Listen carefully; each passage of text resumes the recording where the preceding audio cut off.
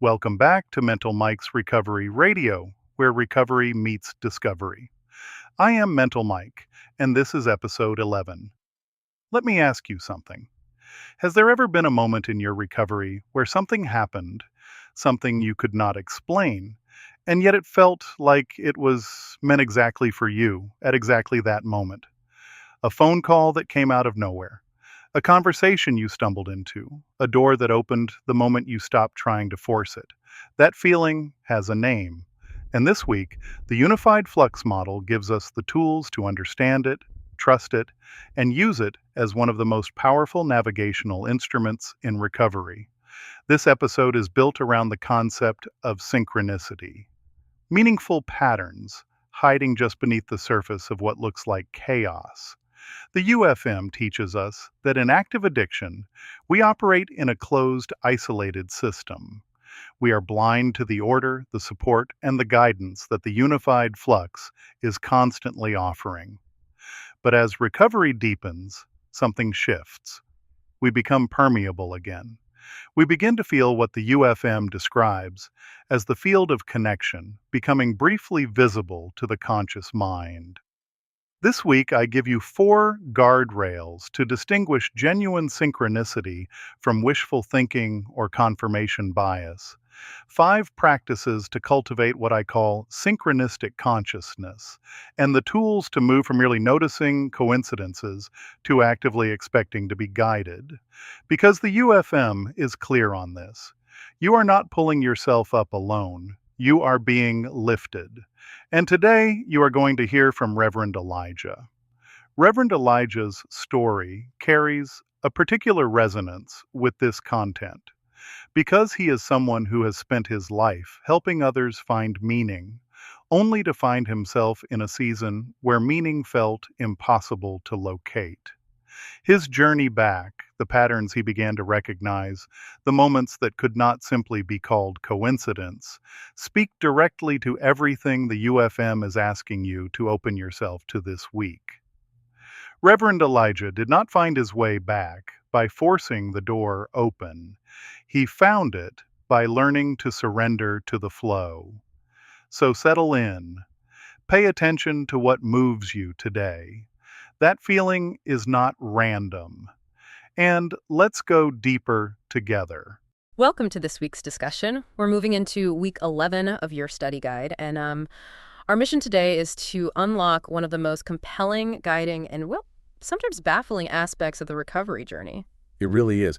We're talking about recognizing meaningful patterns in your life. Which is so important. It's profoundly important because, let's be honest, in active addiction and, often in early recovery, the world just feels chaotic. Hostile, even. And totally random. Exactly. You feel isolated, you feel disconnected. This week is all about showing you where that profound, loving order is hidden right beneath all that surface chaos. And the core idea here is synchronicity. That experience of meaningful coincidences that seems to defy conventional cause and effect. I mean, think about this. Have you ever thought intensely about someone you haven't spoken to in years? Right. Maybe a person you owe amends to, or someone you needed advice from, only to have them call you that same day, completely out of the blue. Yeah, the feeling. That unmistakable feeling of the universe communicating, you are on the right track. That's the pattern we're learning to recognize. And we are approaching this whole concept not as some philosophical parlor game, but as a practical recovery tool. And that's thanks to the foundational work of Mental Mike in the Unified Flux Model, the UFM. Right. Mike's model is what lets us integrate these really deep psychological concepts, like Jung's work with modern systems theory and energy dynamics. It gives us a real framework, a way to understand that consciousness is, at its core, interconnected. That interconnectedness is everything. The UFM reminds us of a fundamental truth that, really, it underpins all of recovery. Which is? That we are not isolated, self-contained units. We're described as borrowed molecules living on borrowed time. We're just these temporary expressions of energy within a vast, interconnected field. Nodes in a massive, living network. And that network is capable of communicating with us. And that's the immediate mission. In addiction, we operate in this profoundly closed, isolated system. We're blind to the support and the patterns life is offering. So synchronicity, as we start to rebuild our awareness, becomes both a compass and a confirmation. It tells us we're moving back toward alignment, toward healing, and toward the purpose that's inherent in the unified flux. Okay, so let's unpack that definition a little further. When Carl Jung coined the term synchronicity, he called it a causal connecting principle. Right. So it's a coincidence, yes, but its meaning is deeply personal, deeply relevant. It's the alignment of two things. Your inner psychological state, what you're, unconsciously processing or dreaming about, and then some outer circumstance in the material world. But we have to be careful. I mean, coincidence happens all the time. If I meet two people named Sarah in 1 week, that's just a coincidence. It's statistically expected. I appreciate that framework, but let's be honest. For a lot of listeners, even with the U of M context, this might still sound a little speculative. Sure. If synchronicity is so subtle, how do we stop it from just becoming, another form of wishful thinking or an excuse to avoid hard accountability? That is the exact question Mental Mike sought to answer with the U of M guardrails. And it brings us to the key distinguishing feature. Genuine synchronicity carries what Jung called numinosity. Numinosity. Think of it as that powerful gut punch of significance. It brings up this feeling of awe, of recognition, of rightness that is so intense it tells you, this moment wasn't random. It was meant for you. Yeah. It goes way beyond simple probability. And from the U of M perspective, that intensity comes from the fact that it is essentially the field of connection becoming briefly visible to your conscious mind. Exactly. If we're all just nodes of consciousness in an interconnected field, then synchronicity isn't supernatural at all. It's natural. We're simply becoming sensitive to this shared network of energy that's usually operating way below our daily surface perception. We're finally tuning in. There's that classic foundational story from Jung that really illustrates this. Oh, the scarab beetle? Yeah. Yes, he was working with this highly intellectual patient who was really resistant to therapy, just trapped in her own rational defenses, unable to feel anything. And she tells him about a dream she had about a golden scarab beetle. And this is where it gets uncanny. As she's telling him the dream, Jung hears this strange capping at his window. He opens it up. And catches a golden green scarab beetle, which is extremely rare in Switzerland, not something you'd just find flying around. He literally presents the living beetle to his astonished, rational patient. And that uncanny, meaningful event, the inner image aligning perfectly with the outer physical thing, it just shatters her intellectual defenses immediately. It catalyzed a real breakthrough. A total transformation, because it was the universe providing symbolic proof right when her psyche needed it most. An unmistakable message from the self, completely bypassing her ego. And that's the power we're trying to harness. But when we start looking for patterns, our brains, which are amazing pattern recognition machines, can fall into the trap of confirmation bias. They absolutely can. The study guide is very clear that we have to avoid magical thinking or wishful projection. Yeah. This is where discipline comes in. Mike calls our natural tendency patternicity bias, the tendency to find meaningful patterns in meaningless noise. So the skill isn't just finding patterns, it's discerning them. And Mental Mike gives us 4 distinctions, these guardrails, to help tell the difference between genuine guidance and, just noise or self-deception. Yes. Let's walk through them. First, check the emotional weight. It has to carry genuine significance, not manufactured desire. What does that mean in practical terms? Okay, so it means if you are desperately wishing to see a sign that you should just pack up and move to the coast to escape your problems. That's desire. That's your ego talking. Exactly. But if you feel this quiet, profound conviction that you need to work on forgiveness, and then the next 3 books, conversations, and commercials you encounter are all about the exact nature of forgiveness, that is a totally different weight. It's recognition, not wish fulfillment. Okay, and second is clustering. So it's not just one isolated event. Correct. That could always be random chance. We're looking for multiple elements, a series or a cluster of meaningful alignments that happen close together in time, and all align around a core psychological theme you're working on in your recovery. So for example, if I realize I need to step up and be more of a leader at work. And then that week, 3 different mentors approach you about new opportunities, and your sponsor gives you a book on leadership, that density, that clustering, that's the signal. Third, and this is crucial, independence. The event had to involve elements we couldn't have consciously influenced. Yeah. If I decide I want to manifest a new car, and then I go out and buy that car, that's just cause and effect. Right. Synchronicity is when you're working on overcoming a crippling financial fear, and then an unexpected tax return shows up, or an old, forgotten investment suddenly materializes. It has to be an external event mirroring your inner process that you had zero control over. And the fourth guardrail is transformation. Does it actually catalyze insight or growth? True synchronicity serves our evolution, not our ego's comfort. Contrast that with wishful thinking, which is driven by attachment like hoping an ex will call, and it just leaves you passive and stuck. Synchronicity often challenges us. It does. It might guide you toward a difficult conversation or force you to accept an uncomfortable truth about yourself. If the pattern leads you toward isolation, or it requires more and more elaborate explanations, that's a warning sign. It could be epiphania, just seeing patterns where none exist. Which is why the recovery community is your reality check. Absolutely. If the patterns you're seeing require you to invent these complicated theories or they start pulling you away from your group, you have to pause. Share those experiences with your sponsor, with your therapist. They're your external calibration. The wisdom of the group grounds us in reality and protects us from that trap of self-absorption, which is what addiction thrives on. Okay, so let's get to the foundation of this connection.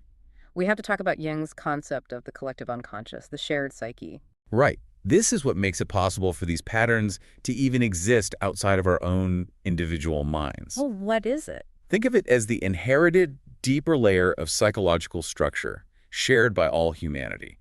It's like the shared hard drive of human meaning, and it's structured by archetypes. Universal patterns, like the hero, the mother, the shadow. Exactly. Patterns that structure our human story, regardless of language or culture. And synchronicity happens when one of these powerful archetypes gets activated at the same time in your inner world, maybe through a dream or a big realization, and in the outer world. And the Unified Flux Model positions this connection perfectly. The collective unconscious is the psychological dimension of the UFM. It's the shared substrate of meaning that connects all human minds. It's like a radio frequency analogy. That's a great way to put it. When we align with a significant inner transition, like, say, finally deciding to forgive someone, we emit an energetic signature that the whole field resonates with. The signal is always there, but because of our inner work, we're finally tuned in. We're receptive. So let's apply this directly to recovery and focus on the shadow. Addiction gets huge by denying the shadow, all those parts of ourselves we reject or project onto other people. And this is often where synchronicity shows up most forcefully. It accelerates that shadow work by forcing a confrontation. How so? Well, say you're avoiding accountability for a past dishonest action. Suddenly you might encounter a friend, then a coworker, then a relative, all in quick succession, who all display that exact quality of dishonesty you're denying in yourself. So the universe is literally holding up a mirror. It is, forcing you to confront that projected quality. And these encounters are uncomfortable, sometimes they're painful, but they are absolutely necessary for integration and growth. They break the cycle of denial that fuels addiction. And the ultimate organizing principle here is the self. The self, the archetype that directs us toward wholeness, toward individuation. Synchronicity acts as messages from the self, those perfect, meaningful nudges guiding you toward integration and finding your true north in sobriety. It's the evidence that the process is working. So if we accept this evidence, how does that change the day-to-day experience of sobriety compared to, the old willpower approach? It shifts it entirely. It goes from being a battle of individual will to an alignment with something greater. We position synchronicity as a compass, not a map. Okay, a compass, not a map. I like that. It complements, but it doesn't replace rational thought and program work. It's navigational feedback for your deepest life decisions. So you can use it to test those major crossroads in recovery, like thinking about a job change, a new relationship, a big move. You can. You notice how life responds to your inner intention. And you can use those patterns as a kind of warning system. A warning system. Yeah. If you genuinely set an intention to move forward and suddenly your car breaks down, your apartment application gets rejected out of nowhere, and the perfect job falls through, that clustering of obstacles might be the UFM saying, slow down. There is inner work you were trying to bypass here. The UFM actually talks about the classic geographic cure syndrome with this. It does.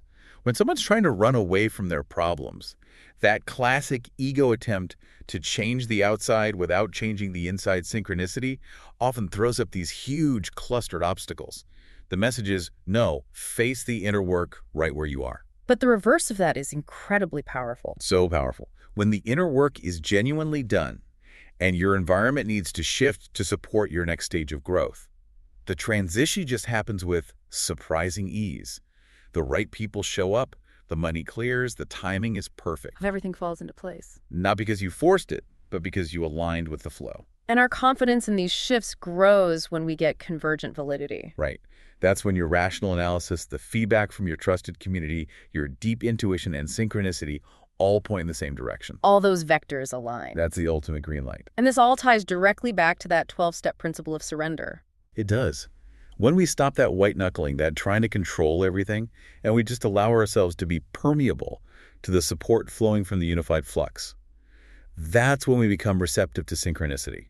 Surrender opens the channel. It's a dynamic, alert way of letting go. So the ultimate goal of your work this week is moving from just noticing a few coincidences to developing synchronistic consciousness. A new, relaxed, and alert way of being where you actually expect to be guided. And you can't force this state, but you can absolutely cultivate it. And the study guide gives 5 key practices for that. Yes, 5 preparatory practices. First is present moment awareness. This is just standard mindfulness, really. It reduces the mental filtering that usually screens out all these subtle signals. The more you're in the now, the more you see the patterns as they unfold. Second, working with dreams and active imagination. This is vital because the unconscious speaks in symbols and images. Right. Opening that channel strengthens the communication with the self. It allows those inner themes to surface and connect with outer events. Third, developing symbolic literacy. We need to be able to recognize the language of the UFM when it's communicating with us. You do. Understanding universal symbols, the phoenix for rebirth, the snake for transformation, it just enhances our ability to recognize these powerful patterns when they show up in our waking life. Fourth, engaging with nature. This goes back to being borrowed molecules. It does. Spending time mindfully in nature attunes us to the rhythms of the unified flux itself, the natural order, the cycles, the flow of life that exists outside of our own human-made chaos. And fifth, the paradox of intention setting and release. Yeah. You set a clear intention, I want to find the next right step for my career, and then you surrender the outcome. You visualize releasing it like a balloon into the sky, trusting the UFM to deliver the guidance in the right form at the right time. Okay, so let's move to the practical homework for this week. Mental Mike designed these exercises to build this skill of discernment. There are 5 essential practices for you to integrate. The first is synchronicity journaling. This is rigorous tracking. You record the events, and then, this is crucial, you test your interpretation against the skeptic's question. You mean like, did confirmation bias play a role? Was I just projecting? Exactly. This calibrates your perception and moves you away from magical thinking. Second, the bioelectric reset through breath awareness. This is a very specific physical practice. It is. The 4-4-6-2, count inhale for 4, hold for 4, exhale slowly for 6, hold for 2. It's designed to downregulate your nervous system.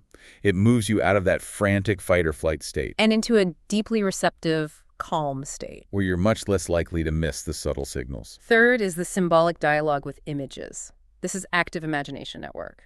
You take a spontaneous image that comes up, from a dream, a memory, something you see, and you ask it directly, what are you calling me toward? The unconscious speaks through images. This practice teaches you how to translate. Fourth, the mindful presence walk in nature. This isn't just a casual stroll. No. This is 5 minutes of engaging all 5 senses fully. It's about attuning to the patterns and rhythms of the living world outside your head, reminding you that order exists even when your inner world feels completely turbulent. And finally, intention setting and release in practice. Formulating that clear, sober intention, visualizing its release, and consciously practicing that feeling of surrender. Trusting the unified flux to organize the response without your interference. That is the vital work ahead of you this week. So let's just briefly reinforce the core takeaways. Synchronicity is meaningful connection. It breaks the closed, isolated system of addiction. And it is cultivated through disciplined awareness and radical surrender. You are not isolated. You are supported by the profound flow of the unified flux. And remember this motivational charge, because it changes everything. You are not pulling yourself up by your own bootstraps in isolation. You are being lifted. You're being supported by countless visible and invisible hands when you align your inner intention with the flow of meaningful patterns. That realization, that is transformation itself. The reflection prompt for your continued thought this week is a powerful one, and we really want you to journal on this. Look back at your life. Can you identify a series of events that seemed purely coincidental back then, but now knowing what you do about the UFM and synchronicity appear to have been meaningful patterns leading you directly to healing. And how does trusting those patterns change your relationship with your recovery today?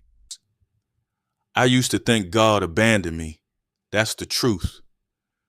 When my wife died, something inside me cracked open and never fully closed again.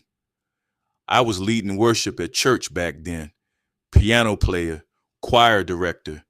Everybody thought I was strong, but grief can make a man disappear while he's still standing in front of people smiling. Nobody saw what was happening inside me. First came the drinking, then crack cocaine, then isolation. And once addiction really got hold of me, the whole world started feeling random and hostile, like life had no meaning anymore. That podcast about synchronicity hit me deep because they described exactly what recovery started becoming for me after I finally surrendered. Patterns, meaningful patterns, not magic, not superstition, just moments that felt too connected to ignore. I remember sitting alone one night after rehab, feeling completely lost. I was thinking about making amends to my younger brother. We hadn't spoken in 8 years. I kept arguing with myself. Pride, fear, shame. Then the next morning, I walk into a gas station and the song our mother used to sing while cleaning the house is playing over the speakers. That shook me immediately. Then later that afternoon, an old church member I hadn't seen in years stops me outside a grocery store and says, "Family's too important to leave broken." Didn't even know my situation. Then that same night, my brother texts me after almost a decade of silence. Now maybe somebody listening says that's coincidence. Maybe it is. But when you've lived enough life, you start recognizing when something carries emotional weights your soul can feel. The podcast called it numinosity, that deep sense that a moment means something beyond surface logic. That's real. What I appreciated most was how careful they were talking about it, because addicts can get lost in magical thinking real fast. I've seen that happen. People chasing signs while avoiding accountability. People calling delusion spirituality. But this podcast didn't do that. They kept bringing it back to grounded recovery work, therapy, sponsorship, honesty, community. That mattered to me because what I've learned in recovery is this: real synchronicity usually pushes you toward responsibility, not escape. That line stayed with me. The podcast talked about addiction being a closed system. That was exactly my life while using. Everything revolved around me. My cravings, my pain, my fear. I stopped noticing life completely. Stopped noticing people. Stopped noticing beauty. Stopped noticing guidance. The world got smaller and darker the sicker I became. But sobriety slowly opened that system back up again. And once I became emotionally present, patterns started appearing everywhere. Books arriving at the exact moment I needed them. People calling right after prayers. Conversations, answering questions I had never spoken out loud. Not because I'm special, because I finally slowed down enough to pay attention. That's what this podcast helped me understand. Maybe the universe has always been communicating with us. Maybe addiction just made us spiritually deaf. The most powerful part for me was hearing that surrender opens the channel. That's recovery in one sentence. Because healing really started for me the day I stopped trying to force life into my own design. I spent years demanding answers from God while refusing transformation myself. Now I understand recovery differently. I think healing happens when your inner life starts aligning honestly with reality. And when that happens, Something larger than you starts moving too. Call it God, call it consciousness, call it the unified flux. I don't need to argue about the name anymore. I just know this. When I was using, everything felt disconnected. And now in recovery, life feels interconnected again. That alone feels miraculous enough for me. If something in this conversation stood out to you, don't ignore that. That's usually where the work begins. Recovery isn't about trying harder. It's about understanding what's actually happening and learning how to respond differently over time. If you're ready to take the next step, you can find resources, guidance, and support at soulrecoveryhub.com. Take what you heard today, sit with it, and keep moving forward. Copyright 2026, Mental Mike, all rights reserved.